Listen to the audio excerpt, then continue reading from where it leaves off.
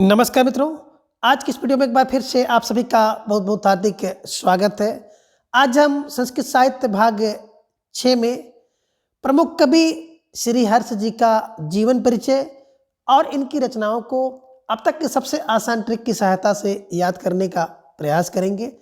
तो जैसा कि स्क्रीन पर आप देख पा रहे हैं श्री हर्ष, और बात करें श्री हर्ष जी की, तो श्री हर्ष जी का जो जन्म समय है 12वीं शताब्दी है।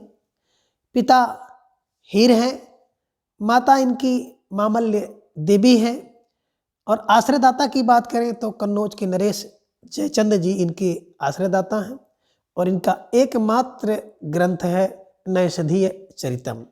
और नैषधीय चरितम जो इनका ग्रंथ है, इसमें कुल 22 सर्ग हैं, और जो बृहत्त्रयी है उस बृहत्त्रयी का तीसरा प्रमुख ग्रंथ माना जाता है। ठीक है ना। तो इन सबको कैसे दिमाग में रखा जाए, तो देखिए मित्रों, बिना ट्रिक बनाए आपको आसानी से दिमाग में सभी चीज़ें नहीं बैठ सकती हैं। तो हर्ष जी की बात करें, यहाँ पर क्या होता है, आप एक क्लू बनाइएगा कि 12वीं बार क्या हुआ। 12वीं बार किसका, बोले हीरक का जो लड़का था वो क्या करता है, मामल्य माने मामूली अंक के साथ क्या करता है, नैषधीय की, नैषध, नैषध को हम लोग कर लेंगे औसत, क्योंकि ये विद्वानों ने इसको औसत कहा भी है। तो ठीक किया, क्या किया कि 12वीं बार किसका, बोले हीरक का, कौन, बोले लड़का, क्या करता है, मामूली अंक से क्या करता है कि नैषध की परीक्षा पास कर लिया। अब जब नैषध की परीक्षा पास कर लिया तो बड़ा हर्ष हुआ, बड़ा खुशी हुआ, जिसमें कन्नौज के जो नरेश जयचंद जी आते हैं और क्या करते हैं, हीरक को या इनके लड़के को क्या करते हैं, पान और सिंहासन भेंट करते हैं इनके सम्मान में। तो कहने का आशय यही है, क्या है कि 12वीं बार यानी कि 12वीं शताब्दी में हीरक का लड़का यानी कि हीरक इनके पिता हैं, क्या करता है, मामूली अंक से हो जाएगा, मामल्य देवी इनकी माता हैं, अंक से क्या करता है, नैषध की परीक्षा, औसत की परीक्षा पास करता है, इन्हीं की नैषधीय चरितम ग्रंथ लिखे हैं। तो क्या हो जाता है, बड़ा हर्ष होता है, यानी कि हर्ष।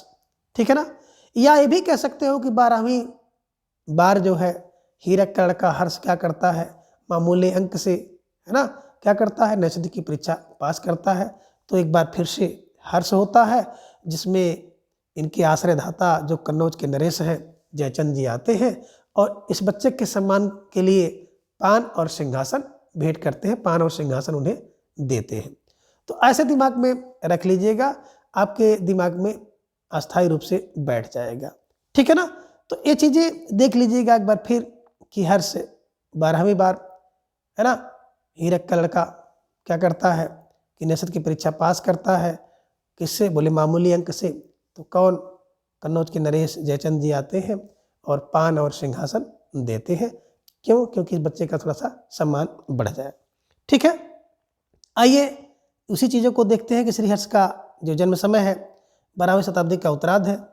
श्रुति के अनुसार ये मम्मट के मामा माने जाते हैं और इनके प्रमुख आश्रयदाता राजा जयचंद थे। तो हर्ष मम्मट के मामा भी माने जाते हैं, ये भी दिमाग में रख लीजिएगा। और नैषधीय चरित्रकार हर्ष के पिता की बात करें तो हीर है और माता मामल्य देवी है, क्योंकि अभी हम लोग ट्रिक में पढ़े हैं ना कि मामूली से अंकों से नैषध की परीक्षा पास की। कौन, हीर का लड़का, कौन, हर्ष। तो क्या हुआ, हर्ष आया, है ना, बस दिमाग में ही रखिएगा। और इन्हें सम्मान में जयचंद ने 2 पान और सिंहासन दिया। ठीक है ना। तो ये दिमाग में रख लीजिएगा कि 2 पान दिया और सिंहासन दे दिया। क्यों, क्योंकि आपका लड़का जो है कैसे नैषध की परीक्षा पास किया, औसत की परीक्षा पास किया, मेडिकल की परीक्षा पास किया, जिसे आप कह सकते हैं नीट की परीक्षा। ठीक है ना। अब आगे हम लोग बात करते हैं थोड़ा सा नैषधीय चरितम, जो कि इनका बड़ा महत्वपूर्ण ग्रंथ है। इसके बारे में कुछ चीज़ें हम लोग जान लें, कभी कोई प्रश्न यहीं से पूछ लिया जाता है। तो 22 सर्गों में विभक्त है यह ग्रंथ। नल दमयंती के प्रणय और विवाह का वर्णन इसमें किया गया है। 2830 श्लोक इस ग्रंथ में है कुल, और इसका अंगी रस श्रृंगार रस है, रीति वैदर्भी है, और उपजीव की बात करें तो उपजीव महाभारत का वन पर्व है। और यह विद्वानों के लिए औषधि माना जाता है, जो कि भी हम लोग ट्रिक में देखे हैं। ठीक है ना। तो नैषधम क्या हो गया, विद्वई औषधम, विद्वई औषधम, विद्वई विद्वो विद्वो विद्वो औषधम। ठीक है ना। यह काव्य ग्रंथ काशी में रचा गया था। ठीक है ना। और कुछ बातें हैं हर्ष से संबंधित कि स्वयं को अमृत रूपी चंद्रमा मानते थे। नैषध बृहत्त्रयी का तीसरा प्रमुख रत्न है। नैषध में 19 छंदों का प्रयोग है और श्री हर्ष जो है शैव थे। ठीक है ना। अब आगे जो नैषधि चरितम ग्रंथ है, इस ग्रंथ से संबंधित जो महत्वपूर्ण बातें हैं उन सभी बातों को कैसे दिमाग में हमेशा के लिए रखा जाए। तो मित्रों देखें, नैषध को आप जो ट्रिक बनाइए वो कर लीजिए औषध। और औषध की बात करें तो जब हम लोगों को कोई दुख दर्द कष्ट होता है तो हम लोग क्या करते हैं, औषध लेते हैं, दवा लेते हैं, मेडिसिन लेते हैं। तो क्या हो जाता है, आपका दुख दर्द क्लेश जो होता है वो मिट जाता है। फिर क्या हो जाता है, आपके अंदर हर्ष आ जाता है, खुशी आ जाती है। तो क्या हुआ बताए सर, नैषध बराबर औसत, औसत से क्या मिलता है, हर्ष मिलता है। यानी कि कभी कभी ये प्रश्न डायरेक्ट यही पूछ लेता है कि नैषधि चरितम किसकी रचना है। तो जहाँ पे देखिए नैषध, वहाँ पे लगाइएगा औसत, औसत माने हर्ष देती है। और अगर कुछ नहीं मिले तो यहाँ पे देखिए क्या है, ये सा है ना। तो बिल्कुल जहाँ पे देखिएगा ये सा, कौन सा, पिटचिरवा सा है ना, इसी को मूर्धन्य सा आप कहते हैं। तो मूर्धन्य सा देखिएगा, और हर्ष में भी मूर्धन्य सा है। तो बस सा को सा से मिला दीजिएगा, आपका ये प्रश्न बन जाएगा। ठीक है। तो नैषध बराबर औसत, औसत से क्या होगा, हर्ष मिलेगा।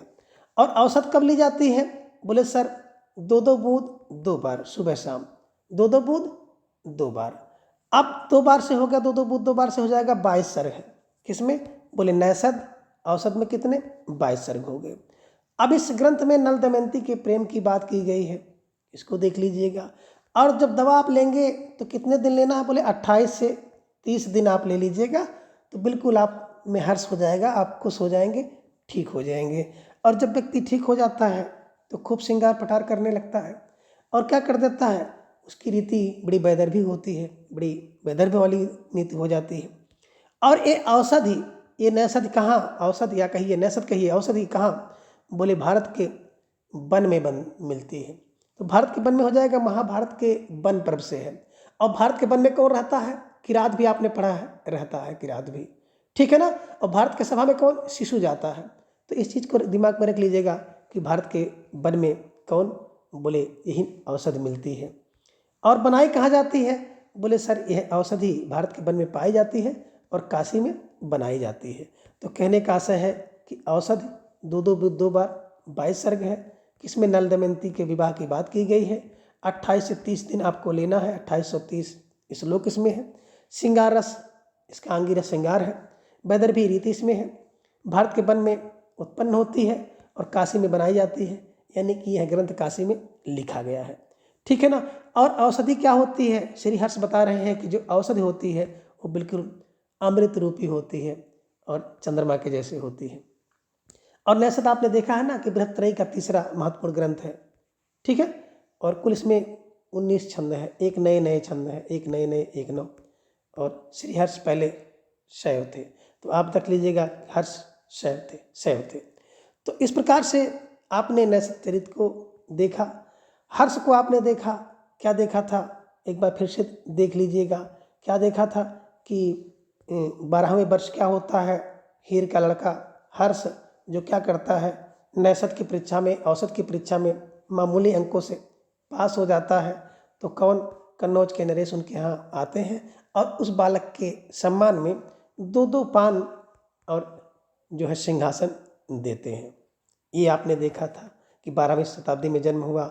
हिरण के पिता हैं माता मामल्य देवी हैं, कन्नौज नरेश इनकी आश्रयदाता हैं और नैषधि चरितम इनके द्वारा लिखा गया ग्रंथ है। आगे आपने नैषध के बारे में देखा ही है। तो इस प्रकार से इन सभी ट्रिक की सहायता से आप आसानी से महाकवि श्री हर्ष का जीवन परिचय और महाकवि हर्ष का जो ग्रंथ है नैषधि चरितम को आसानी से याद कर सकते हैं। तो आज की इस वीडियो में बस इतना। अगले वीडियो में फिर हम किसी एक नए टॉपिक के बारे में जानेंगे। तब तक के लिए धन्यवाद, नमस्कार, बाय।